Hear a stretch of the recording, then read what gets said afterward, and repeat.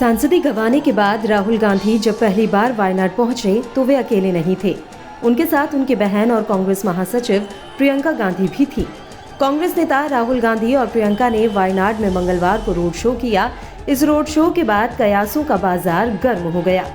माना जाने लगा कि अगर वायनाड लोकसभा सीट पर उपचुनाव हुआ तो प्रियंका गांधी राहुल की जगह ले सकती हैं। अब आपको बताते हैं कि वायनाड सीट से चुनाव होगा या नहीं। इसका निर्णय कोर्ट के फैसले पर निर्भर है। दरअसल राहुल गांधी ने गुजरात कोर्ट के फैसले को चुनौती दी है। गुजरात कोर्ट ने मोदी सरनेम को लेकर की गई टिप्पणी पर राहुल गांधी को दोषी मानते हुए 2 साल की सजा सुनाई थी। इस सजा के ऐलान होने के बाद राहुल गांधी की संसद सदस्यता खत्म कर दी गई। उधर चुनाव आयोग ने कहा है कि राहुल गांधी को अपील के लिए समय मिला है। ऐसे में आयोग उपचुनाव कराने के लिए जल्दबाजी के मूड में नहीं है। वहीं कांग्रेस नेताओं का कहना है कि इस तरह की चर्चा करना अभी ठीक नहीं है। कांग्रेसियों ने कहा कि राहुल गांधी की ओर से सूरत की अदालत के फैसले को चुनौती दी गई है। उस पर कोई फैसला आने के बाद ही इस बारे में चर्चा करना ठीक रहेगा। इधर राहुल और प्रियंका के रोड शो में बड़ी संख्या में लोग पहुंचे। यहाँ राहुल गांधी एक बार फिर से फायर ब्रांड अंदाज में दिखाई दिए। राहुल गांधी ने कहा कि भले ही मुझे जेल में डाल दिया जाए, लेकिन मैं सच तो बोलता रहूंगा। वायनाड और देश के लोगों के मुद्दे उठाता ही रहूंगा। MP member of parliament is just a tag. It's a position, it's a post. So the BJP can take away the tag. They can take away the position.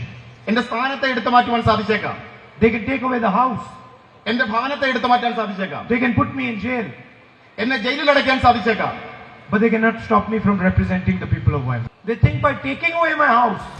Wayanad में प्रियंका गांधी ने जोरदार तरीके से राहुल गांधी का बचाव किया। वायनाड पर चुनावी कयासों के पहले प्रियंका गांधी को लेकर कहा जा रहा था कि अगर सोनिया गांधी चुनावी राजनीति से संन्यास लेती हैं, तो फिर प्रियंका उनकी सीट से चुनाव में उतर सकती हैं। One of the first times I came here during the 2019 election, I gave a speech in which I told you a lot of things about my brother which I thought people did not know. I wanted you to know him. I wanted you to know this man who was asking for your votes, who was asking you to allow him to serve you. But today, almost 4 years later, I know that you know Rahul. You know that he is an honest man, unafraid to speak the truth. You know that he is a brave man, undaunted by the power of those who want to silence him. You know that he is a compassionate man, always ready to hear about your life, your struggles, and to lend you a helping hand. You know that he has worked hard for you. He has raised your issues, tried to resolve your problems.